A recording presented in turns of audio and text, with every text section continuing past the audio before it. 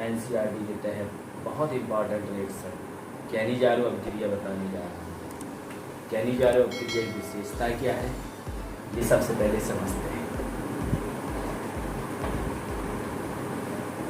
Cannizzaro reaction, जो Cannizzaro reaction है, अभिक्रिया है, कैनिजारो अभिक्रिया, उसकी पहली विशेषता है यह अभिक्रिया ठीक एल्डोल अभिक्रिया के विपरीत होती है, जिसमें अल्फा हाइड्रोजन परमाणु नहीं होते हैं, जिसमें अल्फा हाइड्रोजन परमाणु नहीं होते हैं। उन एल्डिहाइड का प्रयोग किया जाता है, जैसे एग्जाम्पल में H single bond CHO formaldehyde, alpha hydrogen परमाणु नहीं होता है। दूसरा बेंजल्डिहाइड C6H5CHO, अल्फा हाइड्रोजन परमाणु नहीं होता है। पहली कंडीशन है ऐसे एल्डिहाइड जिनमें अल्फा हाइड्रोजन परमाणु नहीं होते हैं, कैनिजारो अभिक्रिया में वह एल्डिहाइड प्रयोग किए जाते हैं। दूसरी सिचुएशन, दूसरी कंडीशन है यह सदैव सांद्र NaOH या KOH क्षार के साथ अभिक्रिया करता है, जबकि एल्डोल अभिक्रिया में क्या होता था, उसमें अल्फा हाइड्रोजन परमाणु उपस्थित होते थे, ऐसे एल्डिहाइड का प्रयोग किया जाता था। वहां डाइल्यूट NaOH या KOH का प्रयोग किया जाता था, यहाँ सांद्र NaOH का प्रयोग किया जाता है, और साथ में इसको हीट करते हैं, हीट भी करते हैं।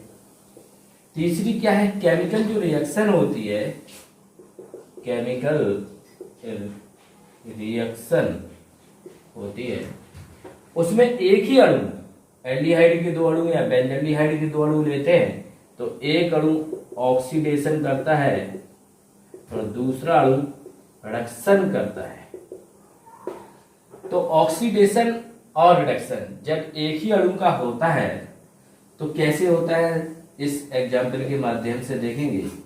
H सिंगल बॉन्ड CHO एक अणु फॉर्मल्डिहाइड का, H double bond CO single bond H दूसरा अणु, ये फर्स्ट कंडीशन।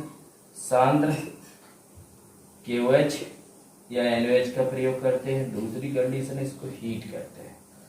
तो एक अणु का क्या होता है, ऑक्सीडेशन, और दूसरे अणु का क्या होता है, रिडक्शन। जिसका ऑक्सीडेशन होता है वह सॉल्ट में परिवर्तित हो जाता है, पोटेशियम का सॉल्ट, और दूसरा अणु जिसका अपचयन होता है, रिडक्शन होता है, वह एल्कोहल में परिवर्तित हो जाता है CH3OH। तो ये हमें सदैव याद रखना पड़ेगा।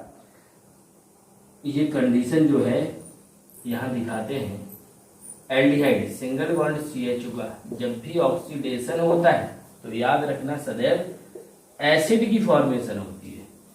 जब भी एल्डिहाइड का रिडक्शन होता है सदैव एल्कोहल प्राप्त होता है। ये एल्कोहल है, ये एसिड है, ये एल्डिहाइड है। तो ये जनरल बेसिक जानकारी थी कैनिजारो अभिक्रिया के बारे में। वैसे एल्डिहाइड प्रयोग किए जाते हैं जिनमें अल्फा हाइड्रोजन परमाणु नहीं होते हैं, जैसे फॉर्मल्डिहाइड, बेंजल्डिहाइड। दूसरा, सांद्र NaOH या KOH का प्रयोग करते हैं और हीट करते हैं। तीसरा, केमिकल जो रिएक्शन होती है ऐसे एग्जाम्पल के माध्यम से, तो एक अणु एल्डिहाइड का ऑक्सीकृत होकर एसिड सॉल्ट में चेंज हो जाता है, दूसरा अणु अपचयित होकर एल्कोहल में परिवर्तित हो जाता है। तो ऑक्सीडेशन और रिडक्शन जब दोनों अभिक्रियाएं एक साथ होती हैं तो ऐसी अभिक्रिया को कहते हैं डिसप्रपोर्शनल केमिकल रिएक्शन।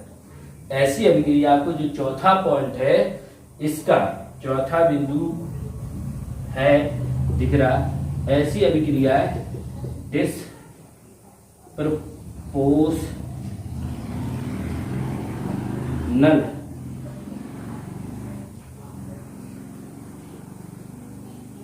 केमिकल रिएक्शन कहलाती है। ऐसी अभिक्रियाएं जिनमें एक ही अणु का ऑक्सीकरण तथा अपचयन होता है, ऐसी अभिक्रियाओं को डिस्प्रोपोर्शनल केमिकल रिएक्शन कहते हैं। यह कैली-अज़ारो अभिक्रिया की इनिशियल प्रारंभिक विशेषताएं थी। अब मैं अगले वीडियो में आपको इसकी मैकेनिक्स बताऊंगा। ओके।